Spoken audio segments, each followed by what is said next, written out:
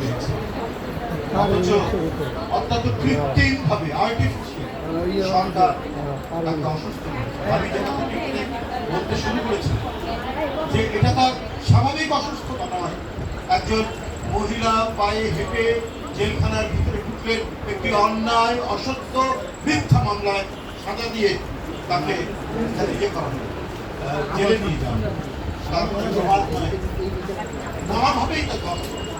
রাষ্ট্র যখন কারো পরায়ত্ত থাকে এবং সেই রাষ্ট্র যখন একজন ভিন্ন প্রতিশোধ পরায়ণ, স্বৈরাচারী, আক্রমণাত্মক, হিংসা পরায়ণ এবং একজন শাসকের হাতে, সেই রাষ্ট্র যে কোনো মানুষকে যে কোনো ভাবে তাকে পর্যবেক্ষণ,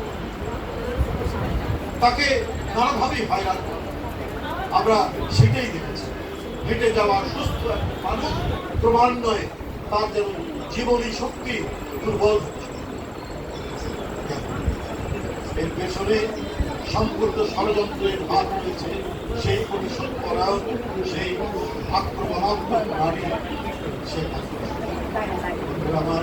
অথচ এই রোগ শোক নিয়েও আজও তিনি যেভাবে, আমরা যখন দেখা করতে চাই, আমরা যখন এখনো কিছুটা হলেও কথা বলতে চাই, কথা বলি, তখন তার যে অটুট মনোবল আমাদেরকে যেভাবে উদ্বুদ্ধ করে, আমাদেরকে যেভাবে সাহসী করে তোলে, আমাদেরকে যেভাবে সামনের যে প্রতিকূলতাকে মোকাবেলা করার অঙ্গীকার জাগায়, সেটা ভাষায় বর্ণনা করে।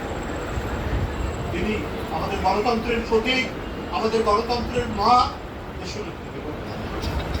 আমরা আল্লাহর কাছে তাই মনোবাক্যে তার সুস্থতা কামনা করছি। স্বামী হারিয়েছেন, বাড়ি হারিয়েছেন, সকল কিছু হারিয়েছেন, চোখের সামনে সন্তানদের নির্যাতন দেখেছেন।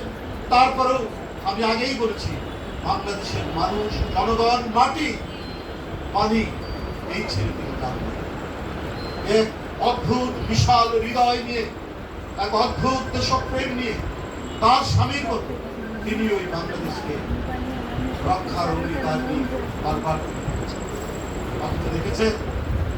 আরেকজন একটু সমস্যা হলে পালিয়ে গেছে, দেশ ছেড়ে চলে গেছে। ওয়ানিবেনের সময় সবার আগে লাভ দিয়ে তিনি চলে গেলেন তার ছেলের কাছে। তারপরে দেখলেন জনতার রুদ্র রোষে তাকে সব কিছু ছেড়ে, অথচ আজকেই দেখলাম অগ্রণী ব্যাংকের ভোল্টে 832 কোটি সোনা শেখ হাসিনার 2টি ভোল্টে। কত বড় চোর হতে পারে সে?